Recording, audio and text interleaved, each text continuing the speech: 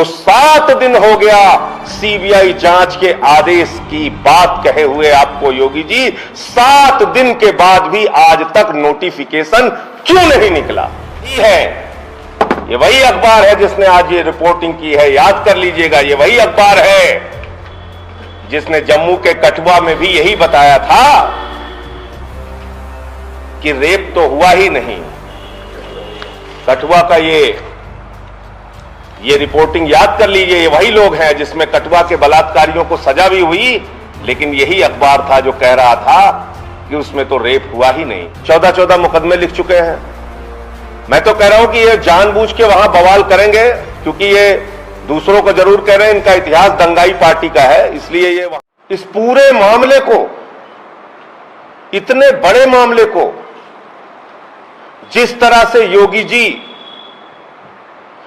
आरोपियों को बचाने में जुटे हुए हैं, जिस तरह से इस पूरे मामले को डाइल्यूट किया जा रहा है,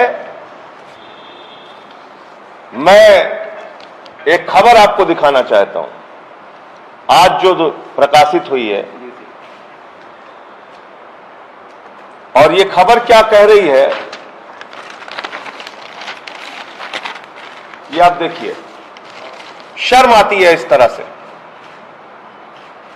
शर्म आती है कि इस तरह का युवती की मां और उसके भाई को ही हाथरस की गुड़िया में के मामले में हत्यारा बताने की कोशिश की जा रही है। यानी जिसका परिवार न्याय के लिए तड़प रहा है, जिसका परिवार न्याय की गुहार लगा रहा है, जिसके पक्ष में पूरा देश खड़ा हुआ है, उसके बारे में कहा जा रहा है कि उस गुड़िया की मां ने और भाई ने ही हत्या की। और इस घटना से और पिछले जो 2-4 दिनों से चल रहा है, इससे मन बहुत आहत है। मैं योगी जी से पूछना चाहता हूं, आपको दलित समाज से इतनी नफरत क्यों है? क्यों आप उनको इतना अपमानित कर रहे हैं? उनका दोष क्या है? उनका अपराध क्या है? वाल्मीकि समाज हो, जाटव समाज हो, सोनकर समाज हो, आज वो पूरे देश में आक्रोशित है, गुस्से में है, अपने आप को अपमानित महसूस कर रहा है कि इतनी बड़ी घटना के बाद भी योगी जी आप उनको न्याय नहीं दे रहे हैं। उनके पक्ष में पूरे देश में लोग सड़कों पर उतरे, मीडिया में भी इसको लेकर आवाज उठी,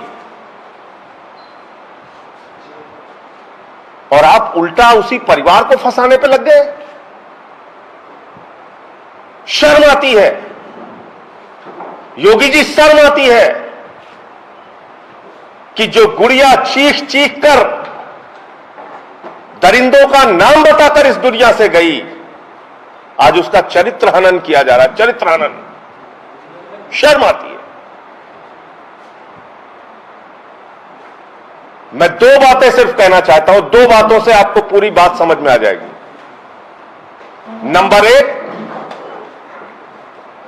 कोई भी हत्या के मामले की जांच, बलात्कार के मामले की जांच मजाक से नहीं चलती है, मनगढ़ंत कहानियों से नहीं चलती है, योगी जी आपके तोड़ने मरोड़ने से नहीं चलती है। जांच चलती है तथ्यों के आधार पे, एविडेंस के आधार पे। और जो सबसे बड़ा प्रमाण है, नंबर 1, हाथरस की गुड़िया का डाइंग डिक्लेरेशन, यानी मरने से पूर्व दिया गया उसका बयान, जिसमें उसने बताया कि उसके साथ बलात्कार हुआ है। क्या कारण है आपके पास उस बयान को न मानने का, जिस बयान को सुप्रीम कोर्ट भी मानता है? क्या कारण है आप बताइए? यह कारण है कि वो दलित समाज से आने वाली एक गरीब बेटी थी? यह कारण है कि आप आरोपियों को बचाना चाहते हैं? एक गरीब बेटी की और उसकी पुकार और उसके द्वारा दिए गए बयान को आप सुनना नहीं चाहते? योगी जी बताइए क्या कारण है? उसका डाइंग डिक्लेरेशन है, जिसको सुप्रीम कोर्ट भी मानता है, माननीय सर्वोच्च न्यायालय भी कहता है मरने से पूर्व दिया गया बयान सबसे बड़ा एविडेंस माना जाएगा। नंबर 1। और नंबर 2, मैं आप लोगों को अभी ये रिपोर्ट देता हूं, मेडिको लीगल रिपोर्ट दीजिए आप। ये है Aligarh medical college, Jawaharlal Nehru medical college Aligarh के डॉक्टर की 22 सितंबर की रिपोर्ट। इसको कोई अखबार क्यों नहीं छाप रहा है? इसको कोई मीडिया क्यों नहीं दिखा रहा है? इसको कोई टीवी चैनल क्यों नहीं दिखा रहा है? जिसमें 22 सितंबर को रेप की पुष्टि हुई है। यह है वो मेडिको लीगल रिपोर्ट,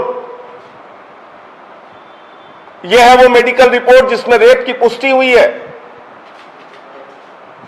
इसको नहीं दिखाया जा रहा है। अब आप मुझे बताइए, एक तरफ उस हाथरस की गुड़िया का बयान है, दूसरी तरफ ये 22 सितंबर का, जब वो अस्पताल में थी, जवाहरलाल नेहरू मेडिकल कॉलेज में थी, अलीगढ़ में थी, उस समय की उसकी मेडिको लीगल रिपोर्ट है, चिकित्सीय जांच की रिपोर्ट है, जिसमें कहा गया है कि उसके साथ रेप हुआ है, रेप की पुष्टि हुई है। ये दोनों बातें आप नहीं मान रहे हैं? इन दोनों बातों को आप स्वीकार नहीं कर रहे हैं और दुनिया भर की आप बातें कर रहे हैं कि साहब अंतर्राष्ट्रीय साजिश थी और दंगा भड़काना चाहते हैं, नफरत फैलाने, क्या क्या बातें आप कर रहे हैं? कहां इस पूरी जांच को लेकर जा रहे हैं योगी जी अपनी राजनीति के चक्कर में? उस परिवार का अपराध यह है कि वो एक गरीब दलित परिवार है, इसलिए आज उसको सब मिलकर अपमानित करने पे लगे हुए हैं। मैं पूछना चाहता हूं, जब ये दो बड़े प्रमाण आपके पास हैं, तो क्या कारण है कि अभी भी उस गुड़िया का चरित्र हनन किया जा रहा है? रात में 2 बजे जबरन उसकी लाश जला दी जाती है। मैं संस्कार नहीं कहूंगा क्योंकि संस्कार तो हुआ नहीं, मां बिलखती रही, एक बार चेहरा तो दिखा दो। संस्कार नहीं हुआ योगी जी, उसको जला दिया आपके प्रशासन ने, पेट्रोल छिड़क के जला दिया, सारे एविडेंस मिट गए, सारे प्रमाण सबूत मिटा दिए, फिर कह रहे हैं रेप नहीं हुआ। तो ये दो, जो उस गुड़िया का बयान था और जो ये मेडिकल रिपोर्ट है, ये दोनों क्या है? ये दोनों रिपोर्ट, ये दोनों क्यों नहीं मान रहे आप? क्या कारण है आपके पास? और आपकी नीयत में खोट बहुत साफ तौर पे समझ में इसलिए आता है कि सुशांत सिंह राजपूत का जब मामला होता है, सीबीआई जांच का आदेश होता है, एक दिन में नोटिफिकेशन हो जाता है, दूसरे दिन में सीबीआई की टीम जांच करने पहुंच जाती है, लेकिन इस गरीब दलित परिवार की गुड़िया को जब न्याय दिलाने की बात आती है, तो 7 दिन हो गया सीबीआई जांच के आदेश की बात कहे हुए आपको योगी जी, 7 दिन के बाद भी आज तक नोटिफिकेशन क्यों नहीं निकला?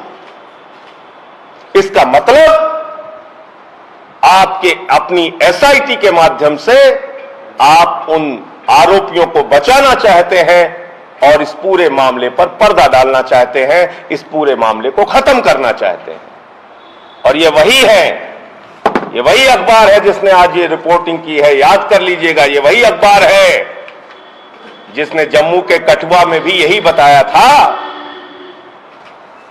कि रेप तो हुआ ही नहीं। कठुआ का ये रिपोर्टिंग याद कर लीजिए, ये वही लोग हैं जिसमें कठुआ के बलात्कारियों को सजा भी हुई, लेकिन यही अखबार था जो कह रहा था कि उसमें तो रेप हुआ ही नहीं। तो इसलिए मैं आप लोगों के माध्यम से एक ही बात कहना चाहूंगा, जांच के 2 बड़े एविडेंस जानबूझकर उसको नजरअंदाज करके उस गुड़िया का चरित्र हनन किया जा रहा है। उस परिवार को न्याय नहीं मिलेगा, इनसे निष्पक्ष न्याय की उम्मीद करना बेकार है। और अभी तक सीबीआई जांच का आदेश, उसका नोटिफिकेशन ना करना, यह साबित करता है कि सरकार इस मामले पर पर्दा डालना चाहती है, नहीं चाहती कि सीबीआई जांच होके बहुत सारा तथ्य और सच सामने आ सके। और हम लोग इसलिए बार बार कह रहे हैं कि सुप्रीम कोर्ट के जज की मॉनिटरिंग में सीबीआई जांच होनी चाहिए और इस राज्य से बाहर इसकी सुनवाई होनी चाहिए, तभी इसमें न्याय मिल पाएगा। मुझे इतनी बात कहनी थी। आप लोगों का कोई प्रश्न हो तो पूछ सकते हैं। आप दोबारा भी हाथरस जाएंगे? देखिए, ऐसा है कि वहां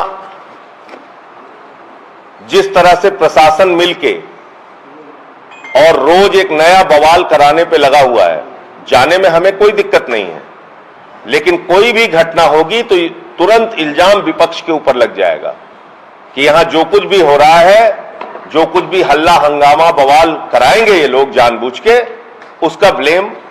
इसलिए हम चाहते हैं इसमें जल्द से जल्द इसकी एक निष्पक्ष जांच की कार्रवाई शुरू हो, और उसमें दो ही तरीका है। इस राज्य में सुनवाई करना न्याय नहीं मिलेगा, इसलिए इस राज्य के बाहर सुनवाई होनी चाहिए, और दूसरा कि सुप्रीम कोर्ट के जज की मॉनिटरिंग में सीबीआई इंक्वायरी होनी चाहिए। 7 दिन हो गया अभी तक सीबीआई की इंक्वायरी का नोटिफिकेशन क्यों नहीं हुआ? सबसे बड़ा सवाल तो यह है।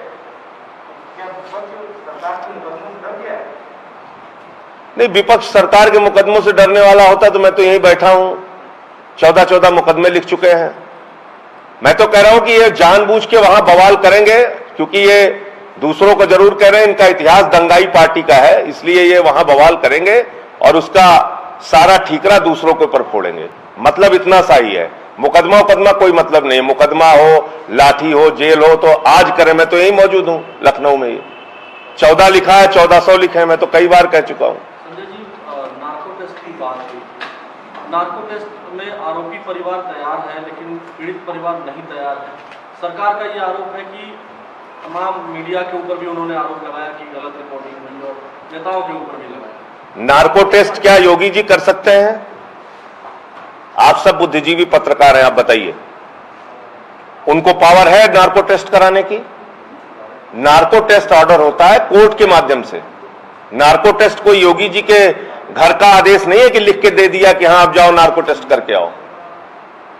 नार्को टेस्ट कोई योगी जी के या उनके अधिकारियों के लिखने से थोड़ी होगा, तो कोर्ट का ऑर्डर होगा ना।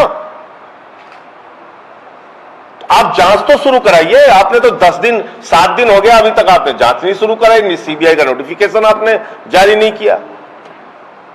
खबरों में बने रहने के लिए फोरम 4 को सब्सक्राइब करें और नोटिफिकेशन पाने के लिए बेल आइकन दबाएं।